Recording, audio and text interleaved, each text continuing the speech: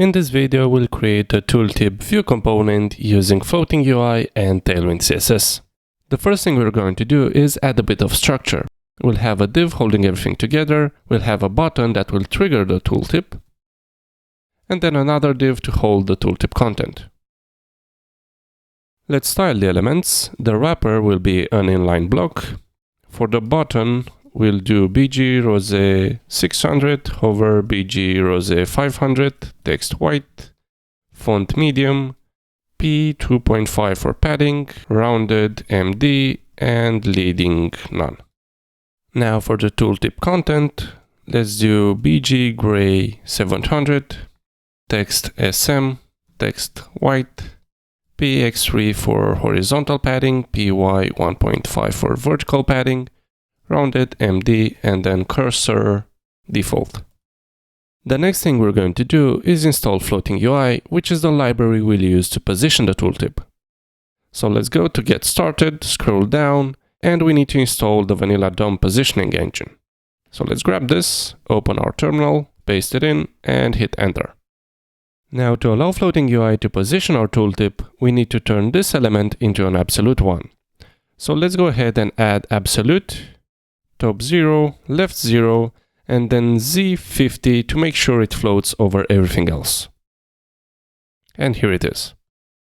Let's go ahead and calculate the tooltip position. We can go here inside our script setup and say const position equals compute position, and this is a function provided by Floating UI, so let's import it. And then as parameters, we need to pass a reference element, a floating element, and then an options object. Now to get the reference element and the floating element, we need to add template refs to our button and our tooltip. So let's do that. Here we'll do ref equals reference ref, and then here we'll do floating ref. Let's grab them and add them here. We'll do const reference ref equals ref, and then const floating ref equals ref. And let's import the ref function from Vue. Let's pass the element to our compute position function. So we'll do reference ref.value and then floating ref.value and an object where we'll set the placement to bottom. Now, because this code makes use of template refs, we need to place it inside a non-mounted hook. Otherwise, the template refs will return null. So let's grab this and say onMounted function, and then paste that in. Another thing, if we look at the compute position function, we see it returns a promise, so we'll need to use async await. So here I'll do async, and then here await. Let's console log the position. Hit refresh, open our console, and here's the object to get back. Moving on, we need to take the X and Y and adjust the tooltip styling. So let's do that. We'll go here and say floating ref.value.style left equals, we'll use backticks and we'll have position.x pixels, and then we'll have top equals position.y pixels. And here it is. Let's move on to some quirks that can happen. If we go here and set this to left and then refresh, we'll see that our tooltip is now outside the viewport. To fix this, we can use something called a middleware. A middleware in Floating UI is a piece of code that runs between the position calculation and its return. To add a middleware, we can go here and add a key called middleware, and this will be an array. The middleware we need to add to fix our issue is called flip. And this is just a function we can import from Floating UI. And what this does, it basically flips the placement to the opposite position. So here we have left and it flipped the position to the right. And if we were to have top, it will flip the position to bottom. Another middleware we should probably add is the shift middleware. For example, if we were to have more content inside our tooltip and refresh, the tooltip goes outside the viewport again. To fix that, we can add the shift middleware. This will make sure that the tooltip stays inside the viewport. And even better than that, we can add a bit of padding. We can go here, pass an object with a padding key, and let's say 5. And here it is. Finally, our tooltip is right beneath the button. It would be nice to have some spacing here. For that, we can use the offset middleware. However, make sure you place it at the start of the array, because these functions are executed one by one, and that can affect the final result. So make sure you always put offset at the start of the array. Let's say 8. And there we go. Next up, it would be nice to have like an arrow pointing at the button.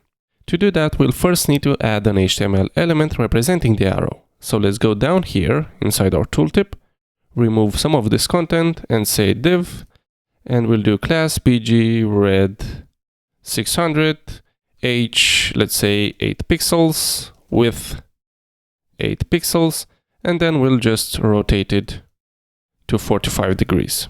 Then we'll also need the template ref to reference it. So let's add it. We'll do ref equals arrow ref. Let's grab this, go here and say const arrow ref equals ref.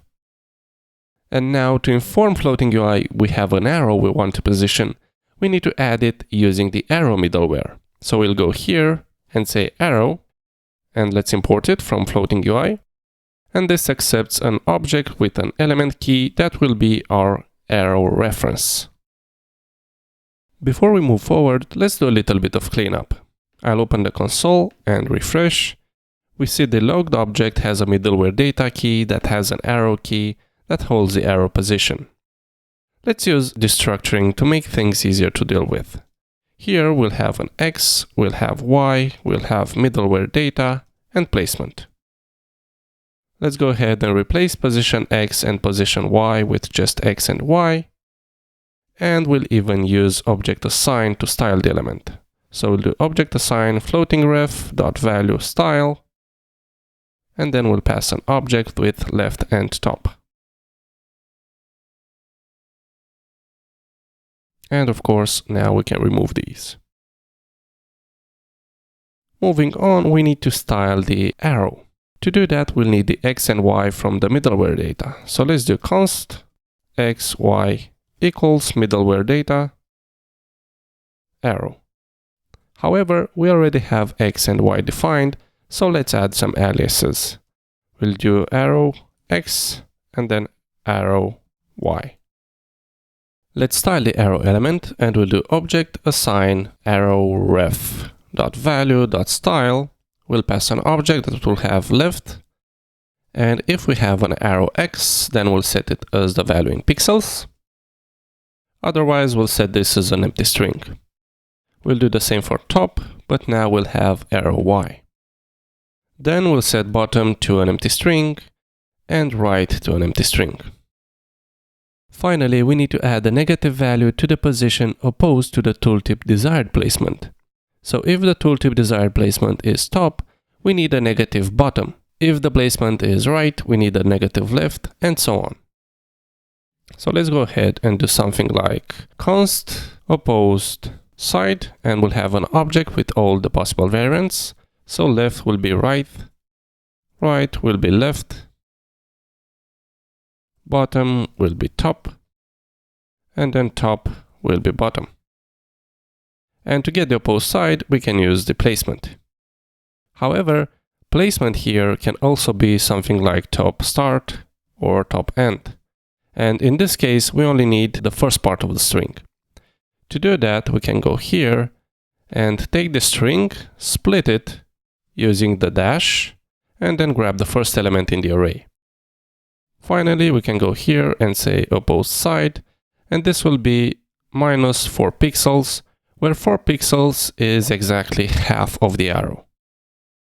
Also, this needs to be positioned absolute. And there we go.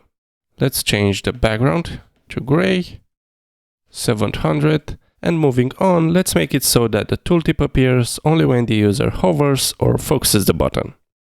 We'll go ahead and add a new reactive property and then use it to toggle the tooltip. So we'll go here and say const is hidden ref, and by default it will be hidden, so we'll have true. And then we'll grab this and go ahead and style the tooltip. So we'll turn this into a dynamic value. And then here we'll do is hidden. And if that's the case, we'll add the hidden class.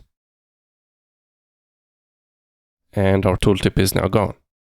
Then we'll need to add two functions, one to show the tooltip and another one to hide it. So we'll do function hide, and this will just do is hidden value equals true. And then we'll have show, which will do the opposite. Then whenever the user hovers a button, and this will be mouse enter, we'll call the show function. Then when the user leaves the button, so mouse leave, we'll call the hide function. And here it is. However, as you can see, the calculation is a bit off. That's because the calculation is done once the component is mounted. We need to move this calculation so it's done whenever we hover the button. So let's grab this and put it inside its own function. We'll call this function calculate position. Paste that in. We need to make it a string because we have a wait here. And then when we call the show function, we also need to make sure we call calculate position. Refresh, hover, and here it is. Of course, we also want to show the tooltip whenever the user focuses the button using the tab key. So let's do that. Here we'll do on focus, we'll do show, and then on blur, we'll do hide. Let's press tab, here it is, tab again, and the tooltip is hidden. Moving on, let's go ahead and extract the tooltip into a reusable component. I'll go to my components directory, create a new file called base tooltip.vue. I'll then go ahead and grab everything here, paste it in, save, and then go back to the tooltip view component, remove everything inside it except the script and template tags, import the base tooltip component from components/base tooltip.vue. And then the way I want to use this component is I want to pass the reference element as a slot. So here we'll have a button, click me, and then I want to pass the tooltip content as a prop. This is my tooltip, and also the placement. Let's add a bit of styling to our button, and then we'll move and make this work. I'll do BG blue 500, hover BG blue 600, text white, text SM, font medium, rounded MD, leading none, and then PX3, PY2. Okay. The first thing we need to do is replace our hard-coded button with a slot. So here we'll have slot, and then this element will become a div that will be inline block, and we no longer need the rest of the styling. Let's hover it, and here it is. Next, we need to pass the content and placement as props. So let's define them. We'll go here and say const props equals define props, and we'll have content, which is a string, and then we'll have placement, which will be a string, but we'll also set a default of bottom. Then let's grab the props and use them.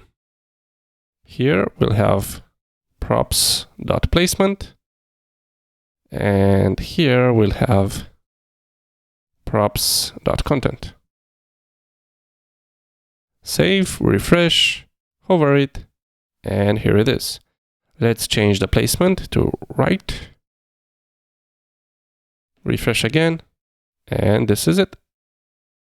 Let's go ahead and add right here and here, and then do one for each of the available positions. Okay, I have 4. We'll start with right, then we'll do left, top, and then bottom.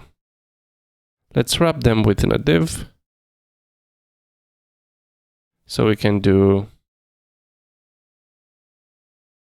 we'll turn this into a grid. We'll say min h screen, we'll say place content center, and then we'll do space or gap 12. And here they are. Tooltip to the right, tooltip to the left. It should be left. Why it isn't left? Okay, this is wrong. Bottom works, top works, left doesn't work. Let's check it out. I think that's because of the opposed. So we have left, right, right, left, bottom, top, top, bottom. Okay, this is... Oh, I think it doesn't work because there isn't enough space on the left. So if I make this bigger, here it is. Yep. And that was it. That's how you can create a tooltip Vue component using Floating UI and TailwindCSS. If you enjoyed this video, don't forget to like it, share it, subscribe, click the bell button, all that good stuff. Bye.